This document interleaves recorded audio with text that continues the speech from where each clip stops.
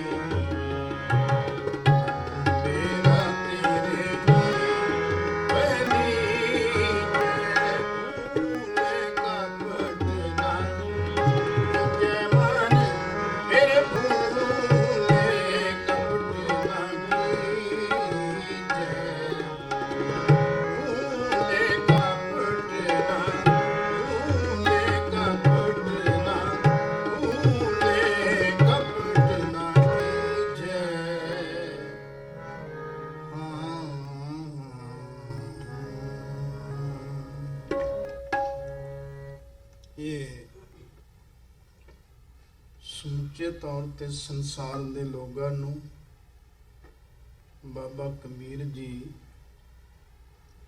ਅਕਸ਼ਰ ਮਨੁੱਖ ਜਿਹੜਾ ਹੈ ਨਾ, ਮਨ ਜਿਹੜਾ ਬੜਾ ਚੰਚਲ ਹੈ, ਉਹ ਇਹ ਹੁਜਤਾਂ ਕਰਨੋਂ ਬਾਜ ਨਹੀਂ ਆਉਂਦਾ ਤੇ ਦੂਸਰੇ ਦੇ ਪ੍ਰਤੀ ਇਦਾਂ ਦੀ ਭਾਵਨਾ ਹਰ ਮਨ 'ਚ ਹੁੰਦੀ ਹੈ ਵੀ ਮੈਂ ਹੀ ਸਿਆਣਾ, ਬਾਕੀ ਤੇ ਦੁਨੀਆ ਐਵੇਂ ਹੀ ਫਿਰਦੀ।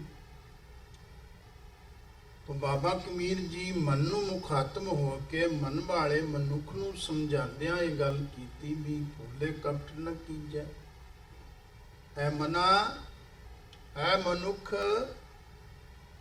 ये मता तू पखंड करें, कपट करें, बेईमानी करें, ठगी चोरी करें, परपंच करें।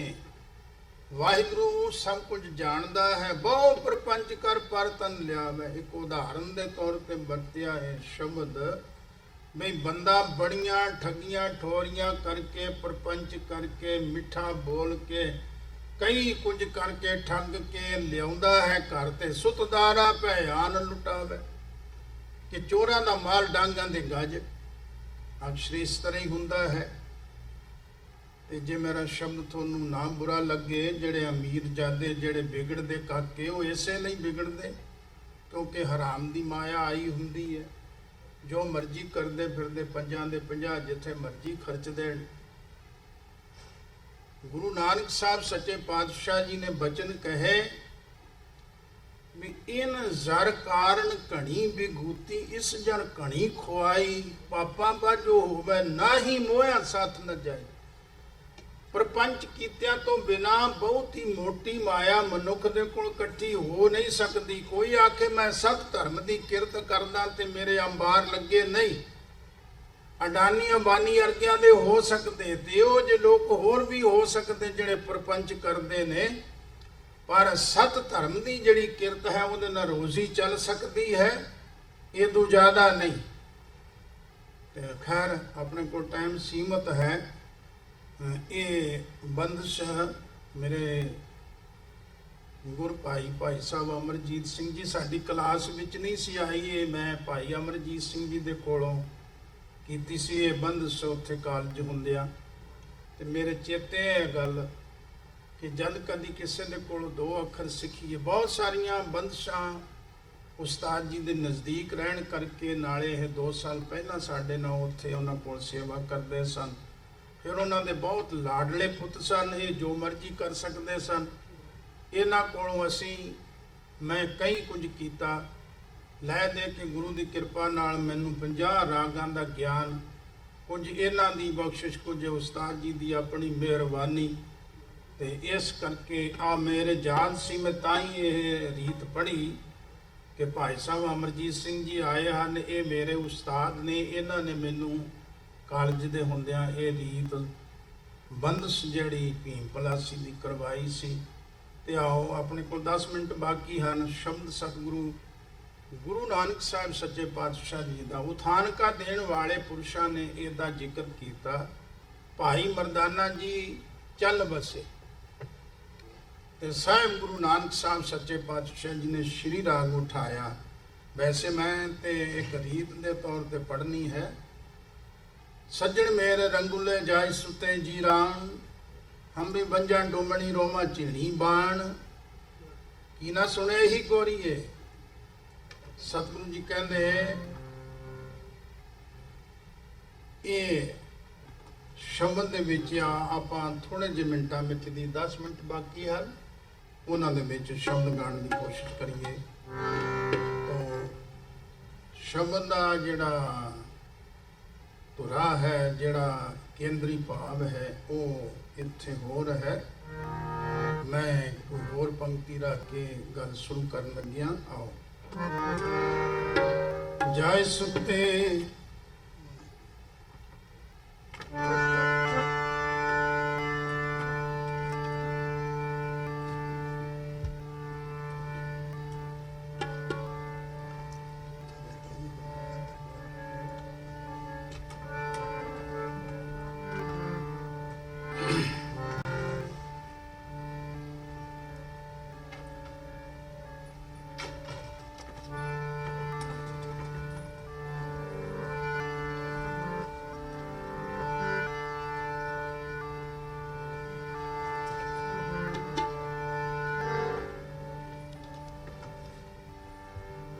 ਸੁਤੇ ਜੀਰਾਨ, ਸੱਜਣ ਮੇਰੇ ਰੰਗੁਲੇ ਜਾਏ ਸੁਤੇ ਜੀਰਾਨ, ਸੱਜਣ ਮੇਰੇ ਰੰਗੁਲੇ ਜਾਏ ਸੁਤੇ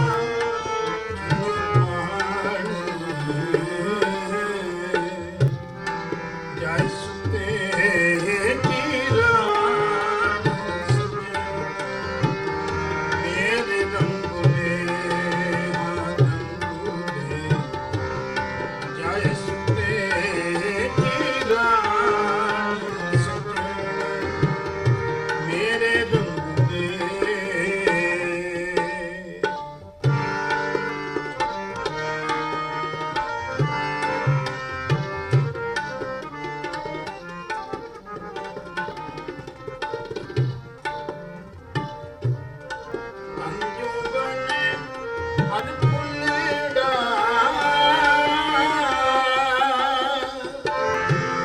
ਨਾਟੜੇ ਜਾਨ ਪਗਨ ਕੇਰੇ ਪਤ ਜੋ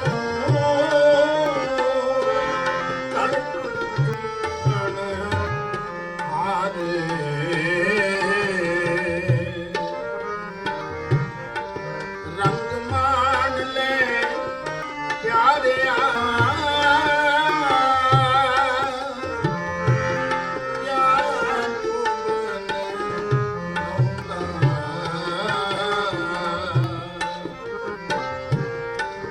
ਦਿਲ ਤੋੜਨੇ ਥਕੇ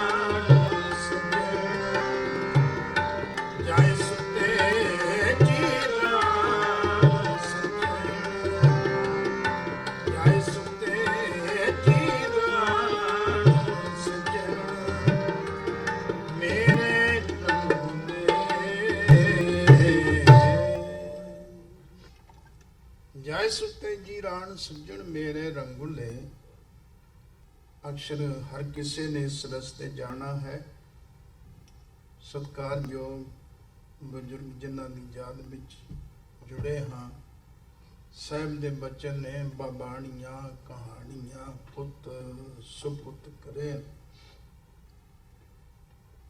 ਬਹੁਤ ਸੋਹਣਾ ਉਹਨਾਂ ਨੇ ਜੀਵਨ ਗੁਜ਼ਾਰਿਆ ਔਰ ਸ਼੍ਰੀ ਅੰਮ੍ਰਿਤਸਰ ਸਾਹਿਬ, ਸ਼੍ਰੀ ਦਰਬਾਰ ਸਾਹਿਬ ਦੇ ਵਿੱਚ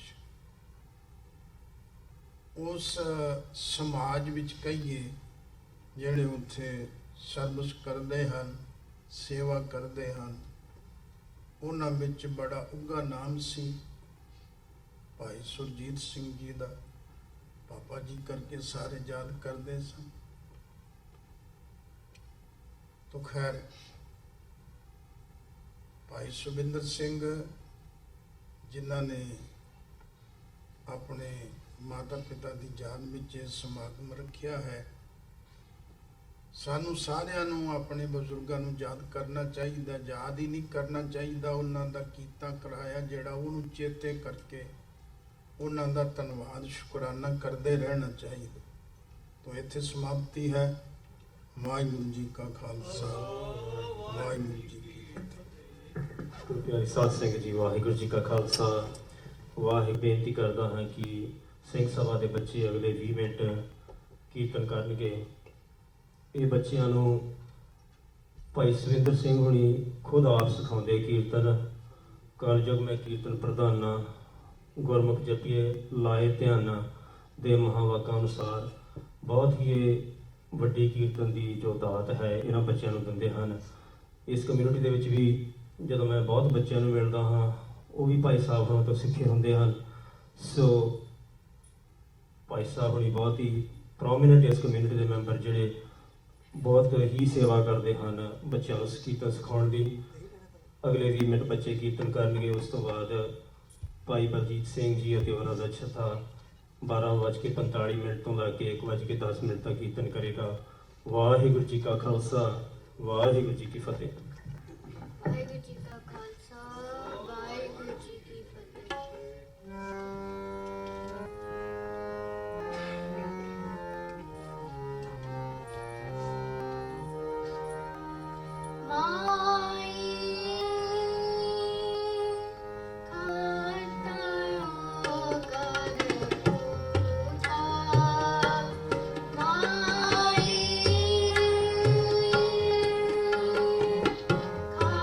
Thank you.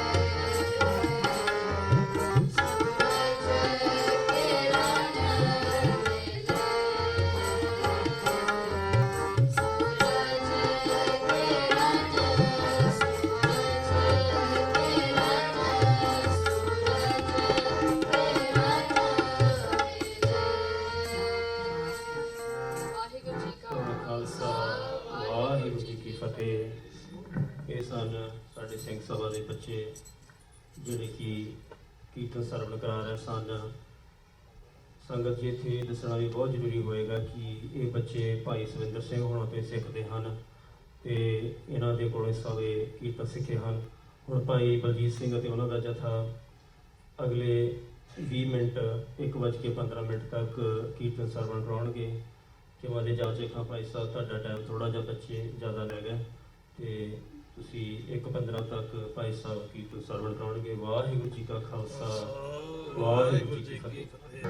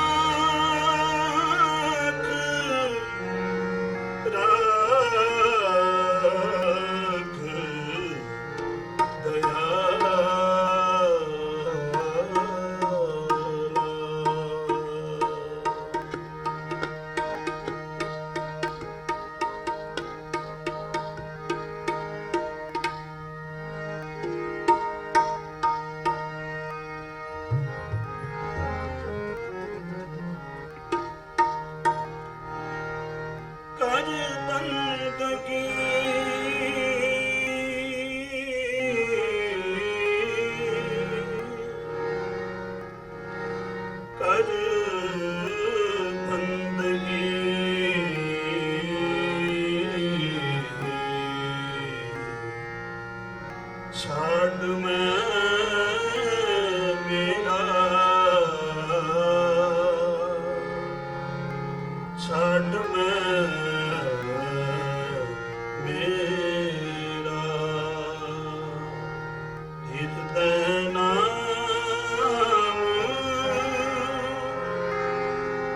ਹਿਰਦੈ ਨਾਮ ਸਮਾਜ ਸਵੇਰਾ ਸਮਾਜ ਸਵੇਰਾ। ਗੁਰੂ ਦੀ ਪਾਵਨ ਗੋਦ ਵਿੱਚ ਜੁੜ ਮਿਲ ਬੈਠੀ ਸਤ ਸੰਗਤ, ਆਓ ਸਾਰੇ ਉਹਨਾਂ ਗੁਰਮੁਖਾਂ ਪਿਆਰਿਆਂ ਦੀ ਯਾਦ ਵਿੱਚ ਜੋ ਆਪਾਂ ਸਾਰੇ ਇਕੱਤਰ ਹੋਏ ਹਾਂ, ਸਾਰੇ ਮਿਲ ਕੇ ਗੁਰੂ ਅੱਗੇ ਅਰਦਾਸ ਕਰੀ ਜੋ ਕਿ ਸਤਿਗੁਰੂ ਜੀ ਧੰਨ ਧੰਨ ਸਾਹਿਬ ਸ੍ਰੀ ਗੁਰੂ ਗ੍ਰੰਥ ਸਾਹਿਬ ਮਹਾਰਾਜ ਜੀ ਦਾ ਇਹ ਪਾਵਨ ਬਚਨ ਆਓ ਸਾਰੇ ਮਿਲ ਕੇ ਗਾਇਨ ਕਰੀਏ। ਕਰ ਬੰਦਗੀ ਛਾੜ ਮੈਂ ਮੇਰਾ ਹਿਰਦੈ ਨਾਮ ਸਮਾਜ ਸਵੇਰਾ। ਆਓ ਕਿਰਪਾ ਕਰੋ ਕੋਈ ਵੀ ਰਸਨਾ ਵਾਜੇ। ਕਰ ਬੰਦਗੀ ਕਰ ਬੰਦਗੀ ਛੱਡ ਮੈਂ ਮੇਰਾ ਛੱਡ ਮੈਂ ਮੇਰਾ ਛੱਡ ਮੈਂ ਮੇਰਾ ਛੱਡ ਮੈਂ ਮੇਰਾ ਹਿਰਦੈ ਨਾਮ ਹਿਰਦੈ ਨਾਮ